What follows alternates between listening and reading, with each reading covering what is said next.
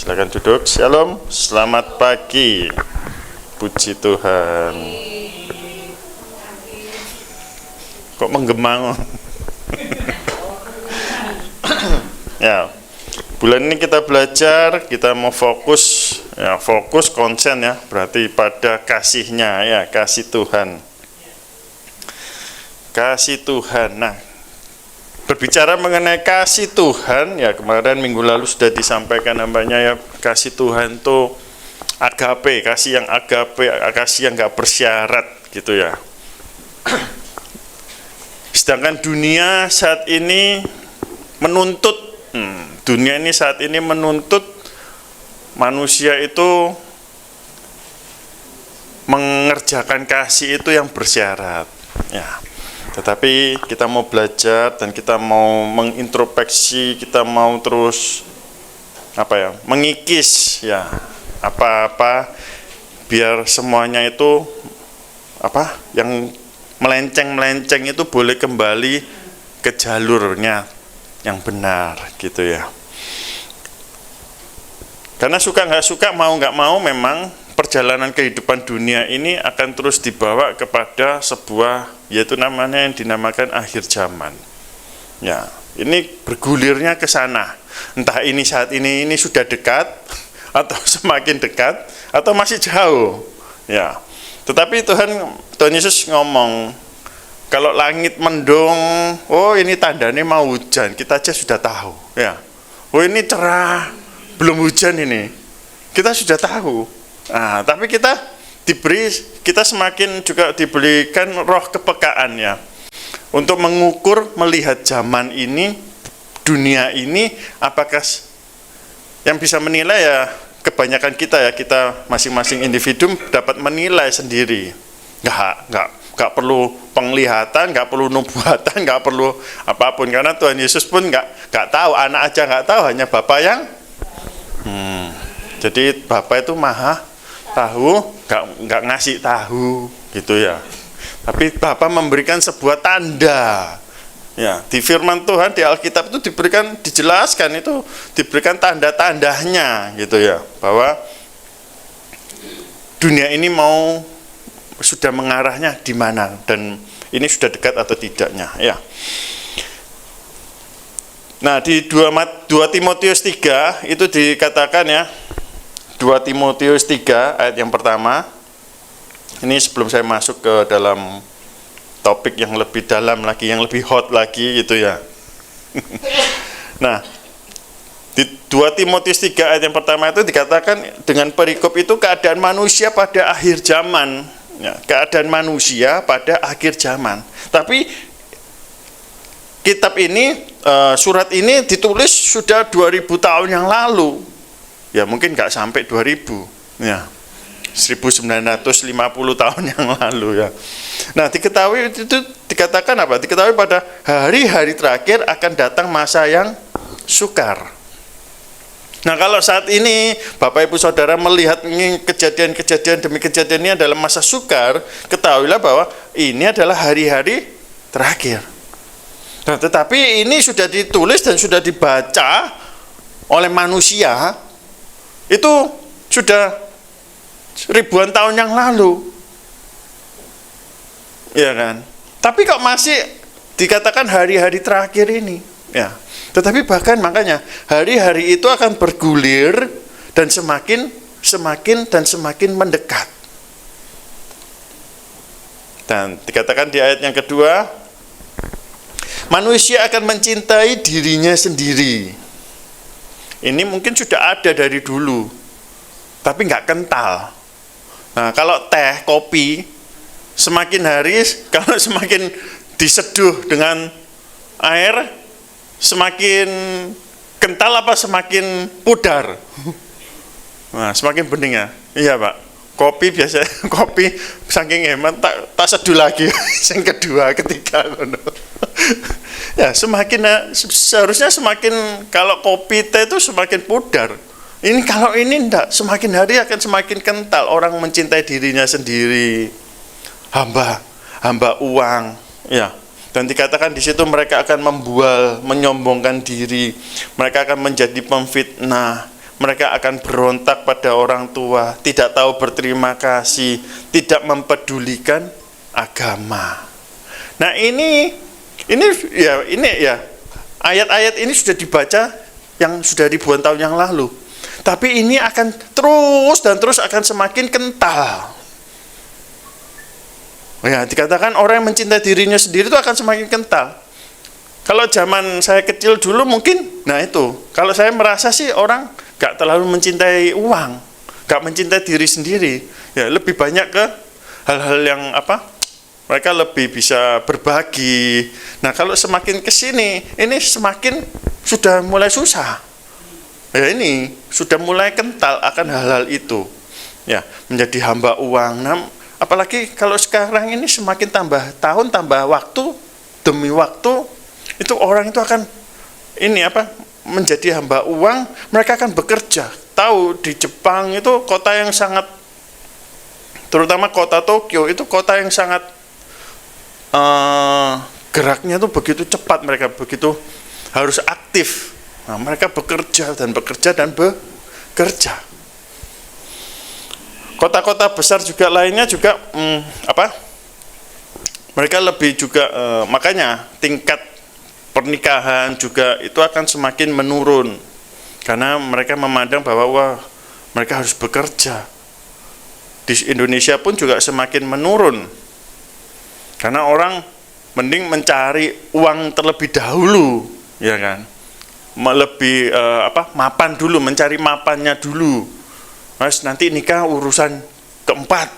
Yang penting yang pertama cari uang dulu, ya kan, supaya bisa cari yang kedua, cari rumah. Nah, yang ketiga mungkin bisa membuat usaha sendiri lagi yang besar. Sehingga akhirnya untuk tingkat pernikahan itu akan menurun.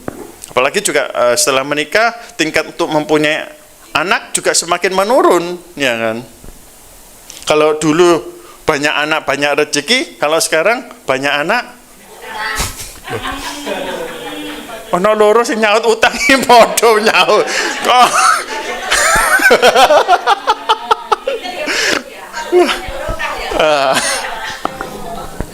Banyak anak banyak mantu, banyak cucu. Nah, ini semua semakin dan semakin bergeser. Nah, terus tidak lagi mempedulikan agama. Ini saya baca pagi-pagi tadi bangun-bangun buka handphone. Pagi-pagi buka handphone ya. Buka handphone ngelihat, loh, ternyata di Swiss itu, di negara Swiss itu orang-orang lebih meninggalkan gereja. Karena alasannya adalah ketentuannya kalau di Swiss itu ternyata saya belum menyelidiki lebih lagi loh ya, cuma membaca di berita itu, entah benar apa enggaknya ya. Nah, di berita itu ini koran Sindo gitu, Sindo News. Ngomong no merek ya, gue sih disalahno Sindo. Enggak ono sing diupload. Nah, di Indonesia itu orang itu meninggalkan agama meninggalkan gereja itu karena apa? Pajak. Ternyata di Swiss itu pajaknya di gereja itu lebih besar, 1% sampai 3%. Nah, akhirnya mereka untuk memilih meninggalkan gereja dan memilih ateis, kembali ke ateis kayak gitu. Nah, itu tidak mempedulikan lagi agama. Yang ketiga, ayat yang ketiga dikatakan tidak tahu mengasihi. Nah, ini tidak tahu mengasihi, ya, tidak mau berdamai, suka menjelekan orang. Nah, menjelekan orang yang sudah jelek gitu loh. Suka menjelekan orang, tidak dapat mengekang diri, garang. Nah, tidak suka yang baik. Lanjut ayat 4 langsung ya. Suka mengkhianat, tidak berpikir panjang, berlagak tahu, lebih menuruti hawa nafsu daripada menuruti firman Tuhan ini. Nah, ini hal-hal ini yang terjadi saat ini, yang ada pada dunia ini, dan akan terbawa terus, akan semakin mengental. Tetapi ketika firman Tuhan diberitakan, kiranya Roh Kudus menegur. Kalau ada orang yang Roh Kudus tegur, oh aku ini kayak gini ya, ya sudah bertobat. Ya, istilahnya misal ketika Bapak Ibu Saudara membaca firman 4 ayat ini, wah aku kok kayak gini ya, aku, nah, kiranya Roh Kudus menegur, kiranya apa? Menjadi berkat dan ada pertobatan. Ya. Bicara mengenai kasih, oleh sebab itu Tuhan itu datang bagi umatnya, bukan hanya orang percaya, tapi semuanya ini kan orang maupun orang apapun, seluruh manusia itu adalah ciptaannya Tuhan. Tuhan sudah memberikan firman-Nya. Sekarang tinggal bagaimana manusia itu dapat meresponi panggilan Tuhan. Roh Kudus sudah tercurah, Roh Kudus sudah membakar. Tetapi bagaimana manusia yang mempunyai kehendak bebas, manusia yang mempunyai kehendak, kemauan, bagaimana mereka dapat merespon pada firman Tuhan. Tetapi bersyukur bahwa Tuhan itu yang kasihnya itu tak bersyarat, dia berlimpah-limpahnya. Tuhan itu sudah berinisiatif datang melalui Putra Tunggal Allah di dalam Tuhan Yesus. Bahkan sampai negeri yang Tuhan datangi, itu pun juga kebanyakan adalah mereka tidak percaya dan masih menunggu yang namanya Mesias, Mesaya. Mereka masih menunggu sampai saat ini. Mereka menolak Kristus, mereka menolak Yesus. Yang semuanya itu nubuatan dari para nabi perjanjian lama sudah tergenapi dalam kehidupan, dalam karya Tuhan Yesus. Itu semuanya sudah tergenapi dalam satu pribadi, Kristus. Tetapi mereka masih menggunakan akalnya bahwa Mesias itu datang bukan sebagai anak tukang kayu. Mesias datang itu tidak di kandang domba. Dia adalah anak raja, keturunan raja. Ya memang kan sudah keturunan raja dari silsilah Daud. Makanya di Matius 1 itu dijelaskan silsilah Kristus. Bagaimana silsilah itu adalah sesuatu hal yang penting kan. Bibit, bebet, bobot itu penting. Itu dijelaskan di Matius 1.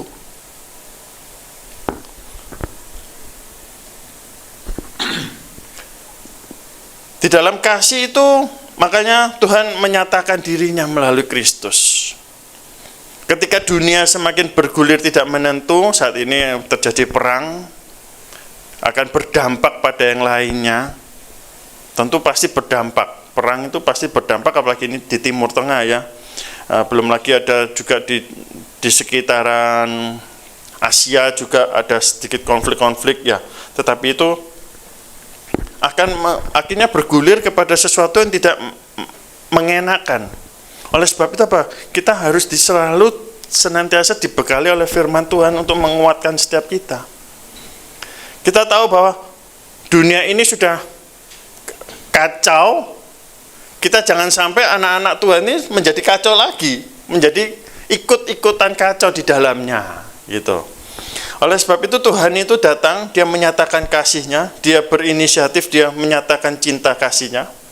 Oleh sebab itu di 1 Yohanes 4 yang ke-18, firman Tuhan ini menyatakan bahwa ini loh aku Allah, ini loh aku Bapa. Di 1 Yohanes 4 ayat 18 dikatakan di dalam kasih itu tidak ada ketakutan. Kasih yang sempurna melenyapkan ketakutan. Sebab ketakutan mengandung hukuman. Dan barang siapa takut, ia tidak sempurna di dalam kasih. Oleh sebab itu dikatakan, maka kita bersyukur dia menyatakan cinta kasih-Nya.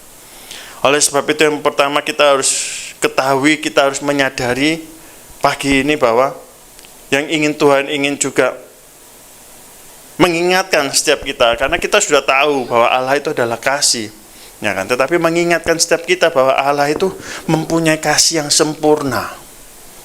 Kasih Allah itu sempurna. Dikatakan di Mazmur juga, kasihnya Tuhan itu tak berkesudahan. Kasih Tuhan itu sempurna. Dikatakan sempurna itu berarti sudah tidak ada bandingannya, sudah tidak ada tandingannya. Dia tetap Allah yang memiliki, itu sudah kodratnya, itu sudah menjadi kodrat Tuhan. Dia adalah yang Allah yang kasih, penuh kasih. Seringkali kita berpikir, kita juga menilai Tuhan ketika sesuatu hal yang gak enak terjadi. Kita mengatai Tuhan, wah, kata Tuhan itu baik, kata Tuhan itu penuh kasih. Mana kok hidupku kok soro, kok aku ada penderitaan seperti ini, kok mari satu tumbuh satu, kok tanam mana persoalan ini, tumbuh satu, mati satu, tumbuh lagi. Ojo 1000 lah, kakek medeni loh, siapa yang ngomong saya bu mau, hati-hati loh. Habis tumbuh, habis mati satu, kok tumbuh lagi. Mati satu, tumbuh lagi. Nah, Tuhan ini nggak peduli. Tuhan itu kodratnya tetap pada Dia Allah yang kasih. Tetapi pemikiran kita yang mendowngrade Dia menjadi Allah yang tidak kasih. Tetapi sejatinya kodrat Tuhan itu tetap sama. Kodratnya itu Allah yang penuh kasih. Allah adalah kasih. Kasih Allah itu sempurna. Ini sudah menjadi kodratnya. Settingannya itu sudah kayak gini, gitu loh. Tapi yang membuat Allah tidak penuh kasih, tidak memiliki kasih, bukan Allah yang kasih, adalah pemikiran kita. Tetapi kalau kita menjadi orang yang diberkati, orang yang berkelimpahan, orang yang nggak apa-apa, nyaman-nyaman aja, belum tentu juga kita akan menjudge Allah adalah kasih. Nah, karena pengenalan Allah adalah kasih, itu bukan berdasarkan apa yang ada dalam kita, tetapi apa yang mau kita meresponi bahwa Tuhan adalah benar-benar kasih. Itu adalah pengenalan pribadi kita dengan Tuhan.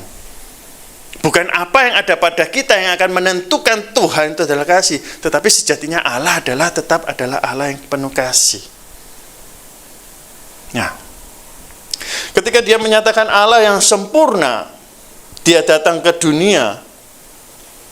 Di Yohanes 3:16, karena begitu besar kasih Allah akan dunia ini, sehingga Ia telah mengaruniakan anaknya yang tunggal, supaya setiap orang yang percaya kepadanya tidak binasa, melainkan beroleh hidup yang kekal. Dia datang ke dunia ini. Ini ayat sudah kita hafal. Kayak sudah ayat biasa jadinya. Ini ayat yang penuh makna dan penuh pengorbanan. Bagaimana dikatakan itu karena begitu besar, begitu besar. Lah ini si nulis wong Surabaya pasti dikei karena begitu besar. Karena ini bukan nulis wong Surabaya, cukup besar. Duduk besar. Ya. Ya kan?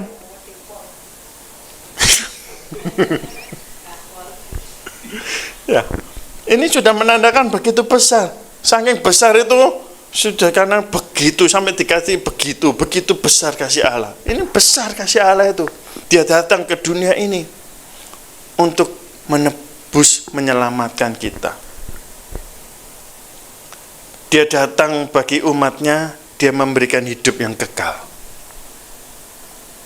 Tadi kita nyanyi apa? Dia rela kaya jadi miskin. Loh, bayang no. Ono sing kaya? Loh, ayo angkat tangan. Rela gak jadi miskin. Ya kan? Ayo, siapa sing kaya? Mau rela jadi miskin agar saya, untuk menghidupi saya. supaya jadi kaya. Loh, ini Tuhan tuh rela.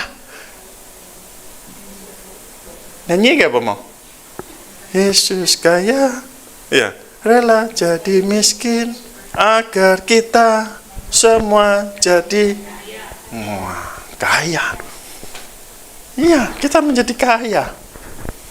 Tapi kayanya tadi dikatakan di dalam roh. Berkelimpahan di dalam roh.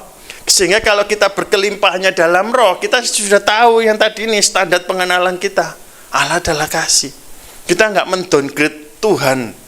Tuhan cuek, Tuhan pendiam, Tuhan nggak peduli, Tuhan jahat. Wah. Firman sudah diberitakan, firman sudah diberikan, tapi manusia responnya bagaimana? Manusia hanya menggunakan akalnya, tidak pakai budinya. Makanya kalau mengenal Tuhan itu harus dengan akal dan budi. Akal, makanya jadi akal budi. Kalau nggak pakai budi, akal tok, nggak jangkau Tuhan. Makanya juga banyak teolog-teolog juga akhirnya nyeleneh mereka itu, karena penjangkauan pengenalan Tuhan itu mereka menggunakan akal, pakai pemikiran. Karena Tuhan itu nggak bisa masuk, Tuhan yang begitu besar itu masuk ke dalam otak kita yang kecil ini, nggak bisa. Ya, jadi Tuhan itu sudah begitu besar, dia rela menyerahkan, memberikan anaknya, putra tunggal Allah untuk kita, supaya kita nggak binasa, untuk menyelamatkan kita. Ini adalah sebuah karya yang besar, kasih yang besar. Ya, dia datang ke dunia. Kasih Allah yang sempurna itu dinyatakan dia datang ke dunia. Yang kedua, dia menyelamatkan, ya. Yohanes 12 ayat yang ke-47.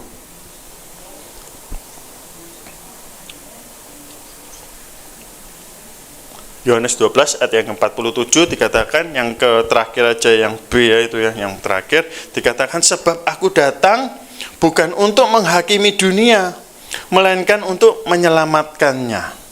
Ya, ini kasih Tuhan itu datang bukan untuk menghakimi dunia, tetapi untuk menyelamatkan. Tetapi nanti kedatangan dia yang kedua kalinya, dia nggak datang untuk menyelamatkan, tapi dibalik, dia datang untuk menghakimi dunia. Ini pun yang sama juga yang dinanti-nantikan oleh banyak agama. Banyak agama juga menanti-nantikan penghakiman ini, gitu loh.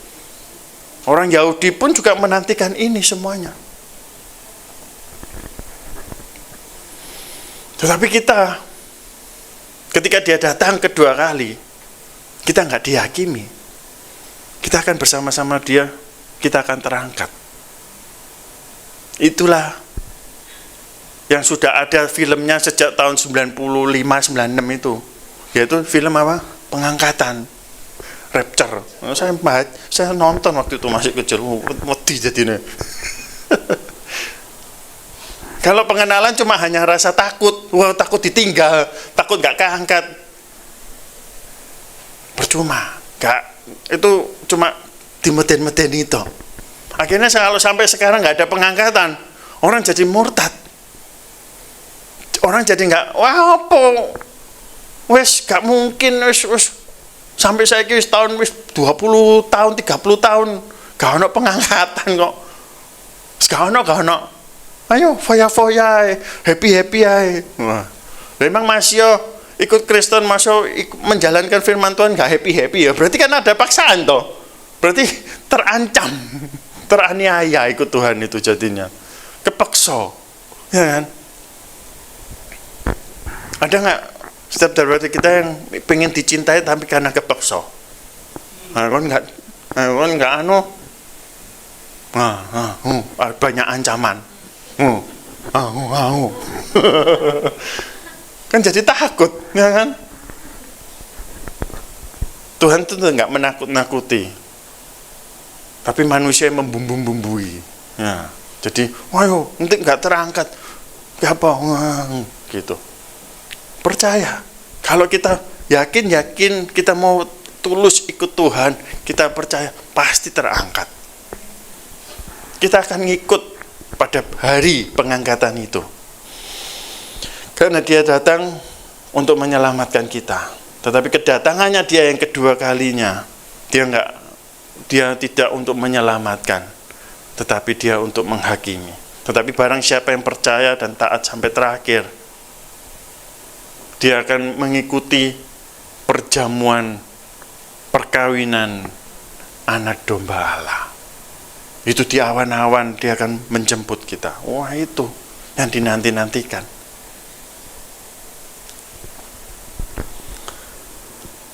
Kasih Allah yang sempurna itu menyelamatkan. Dan yang ketiga, kasih Allah yang sempurna itu dia berkorban. Dia berkorban. Filipi 2 ayat yang ke-7, apa korbannya dia? Filipi 2 ayat yang ke-7. Melainkan telah mengosongkan dirinya sendiri dan mengambil rupa seorang hamba dan menjadi sama dengan manusia. Ayat yang ke-8, dan dalam keadaan sebagai manusia, ia telah merendahkan dirinya dan taat sampai mati, bahkan sampai mati di kayu salib. Ini juga ayat yang sudah sering kita baca. Mungkin ini nanti bulan depan juga kita mau membaca lagi, mengingatnya lagi. Ya, di Paskah, di Jumat Agung ya. Nah, mengosongkan dirinya. Wah, ya wis toh. Karya enak kita punya box gitu ya, penuh barang. Mengosongkan dirinya tinggal dibongkar. Enggak. Tapi Tuhan tuh karena muatannya dia adalah muatan kasih.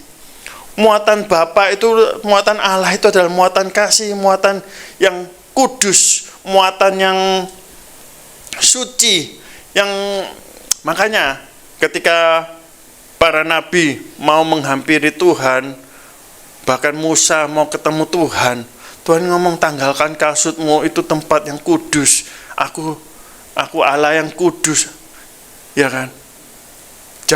Makanya jangan menyebut Tuhan Allah dengan sia-sia, dengan sembarangan. Nah, bagaimana juga pembuatan kemah suci, di situ ada pelataran, tempat suci, tempat maha kudus, maha suci, itu dipisah-pisahkan. Itu zaman dulu. Bagaimana manusia itu dididik,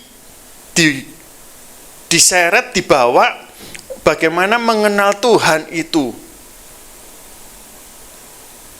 Di mana ada pelataran, ini orang-orang biasa kumpulnya di situ, orang masuk ke dalam tempat maha suci, itu enggak sembarangan orang yang bisa masuk.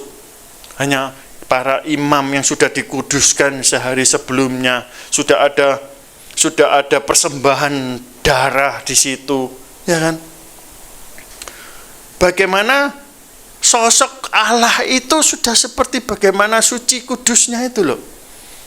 Dan secara historis ya, mereka bagaimana setelah dia menulis kata-kata Allah ya, itu penanya itu pena tersendiri. Dan ketika dia menuliskan itu, ini secara historisnya seperti itu ya. Setelah dia menuliskan nama Allah, pena itu pena sendiri, dan setelah dia menuliskan nama Allah di kata itu, pena ini sudah dipatahkan, di bumi hanguskan. Sudah nggak bisa boleh dipakai lagi untuk menulis hal-hal, menceritakan hal-hal yang lainnya. Ketemu kata Allah lagi, dia menggunakan pena yang baru lagi, dan dia mematahkannya lagi. Ini menandakan bagaimana dalam menulis aja nama Allah itu sudah begitu tersendirinya gitu loh. Tetapi makanya itu, semakin kesini kita semakin sembarangan ngomong Allah. Sumpah demi itu, aku gak bujuk, aku gak nyolong, sumprit. Sekarang zamannya semprit ya, bulan-bulan ini, minggu ini zamannya semprit.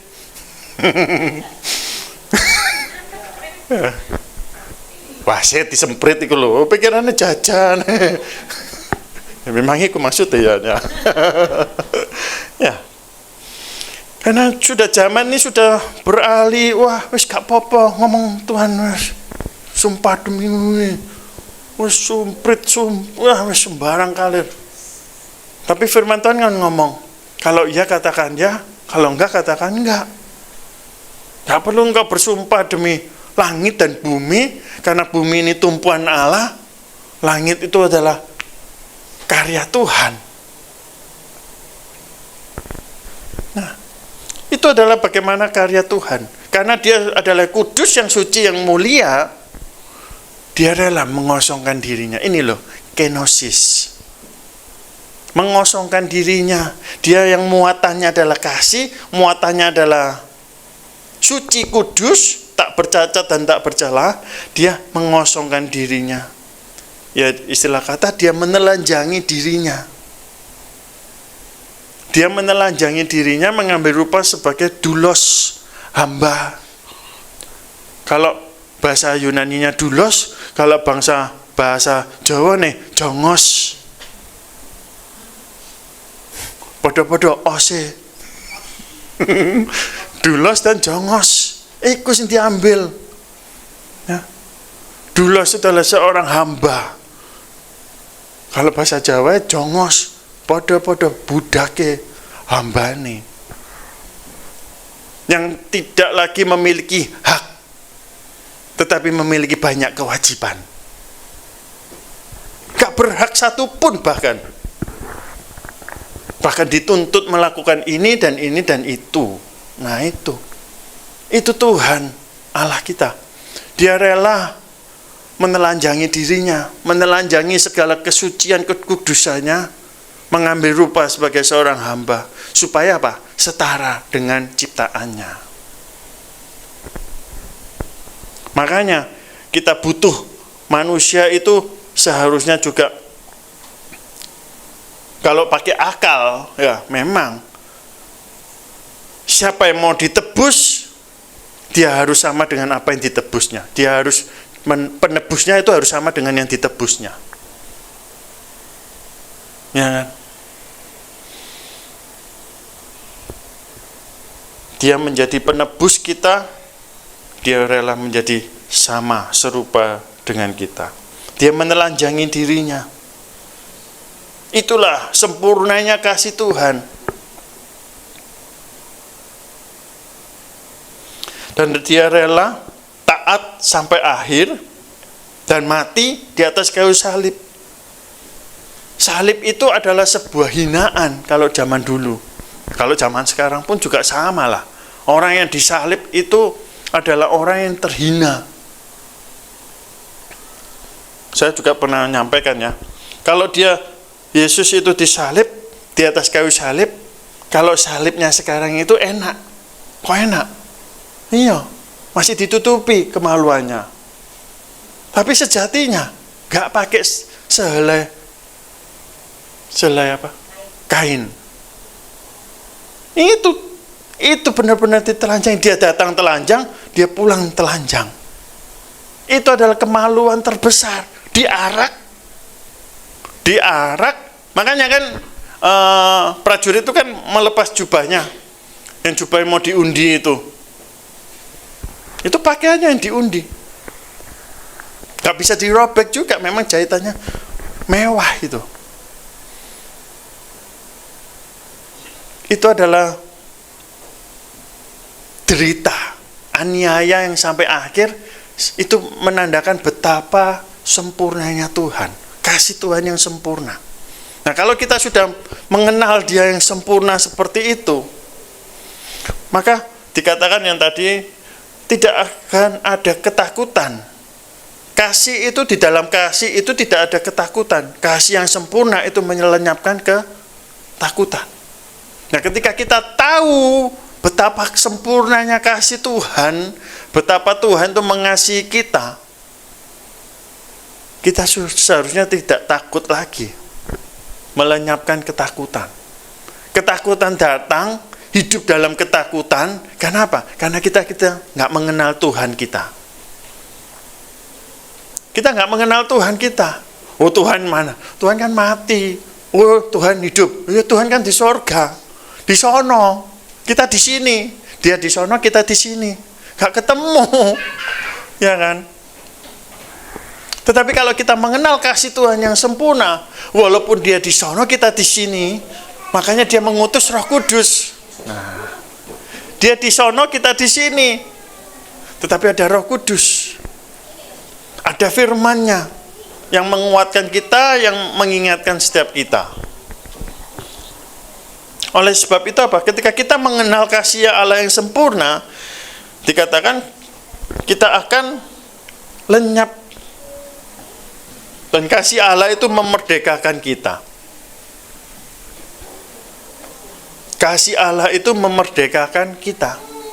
Karena kita tahu kasih-Nya yang sempurna itu kasih yang memerdekakan umat-Nya. Kasih yang memerdekakan umat pilihannya yang telah terpanggil. Oleh sebab itu apa? Ketika kita dimerdekakan, lenyaplah ketakutan itu. Sebab dikatakan apa? Kasih Allah yang sempurna itu melenyapkan ketakutan. Hari-hari terakhir ini orang akan dibuat takut. Banyak perang di Timur Tengah itu, konfliknya itu akan merembet ke seluruh dunia, menjadi takut. Apalagi orang yang di daerah perang menjadi takut. Apalagi ketakutan-ketakutan kita. Ada yang takut kaya? Ada yang takut kaya? Oh enggak takut. Hati-hati loh. Wah. Orang yang sok berani untuk kaya, itu hati-hati juga. Nah, nanti kayak si bungsu. Ya, mesti kayak kaya, lali daratan. Terus mengangan apa? Diangan-angan gitu ya. Orang yang takut saat ini apa ya? Ketakutan-ketakutannya.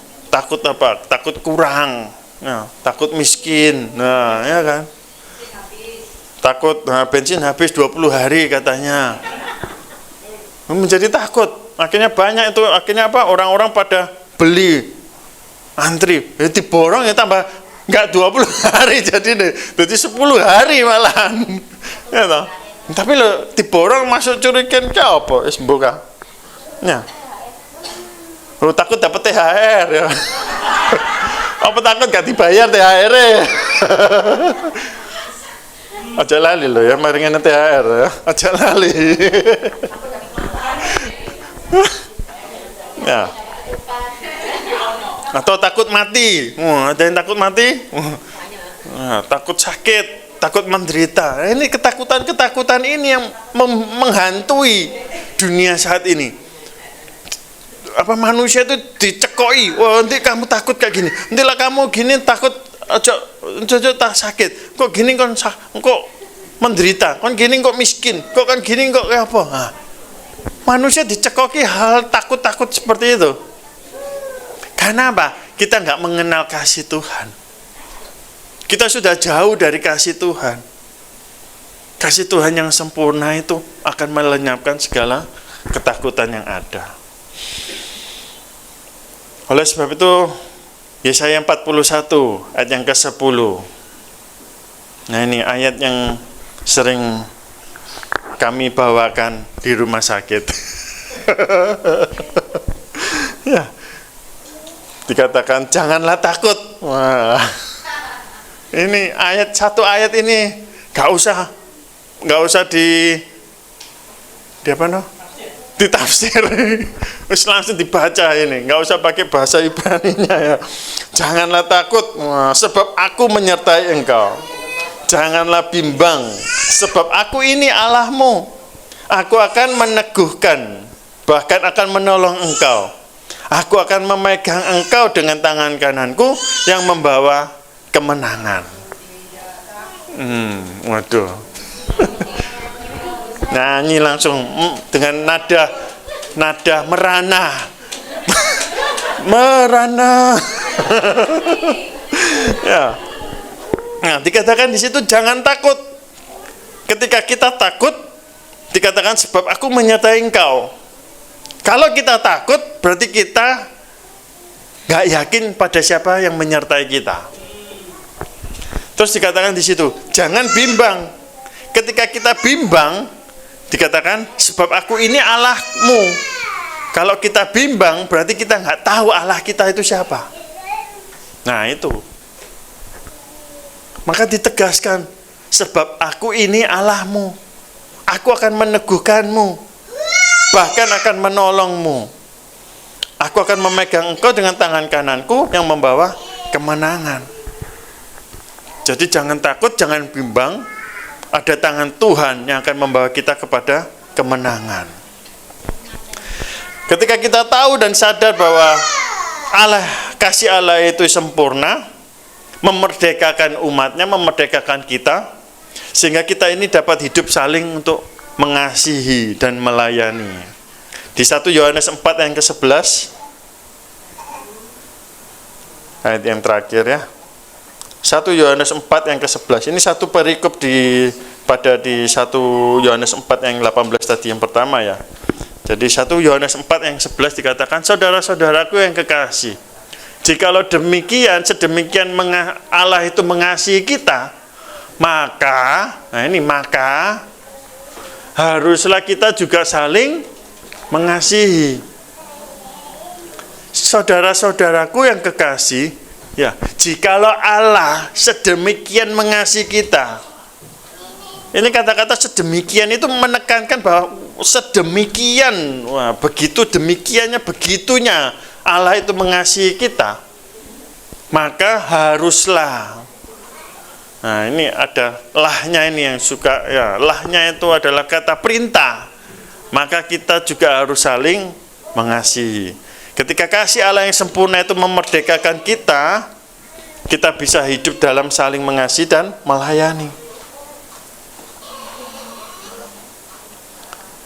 Dengan kita mengasihi dan melayani, kita itu menghargai, menghormati cinta kasih Tuhan, pengorbanan Tuhan yang sempurna itu. Dengan kita mengerjakan keselamatan yang sudah Tuhan berikan.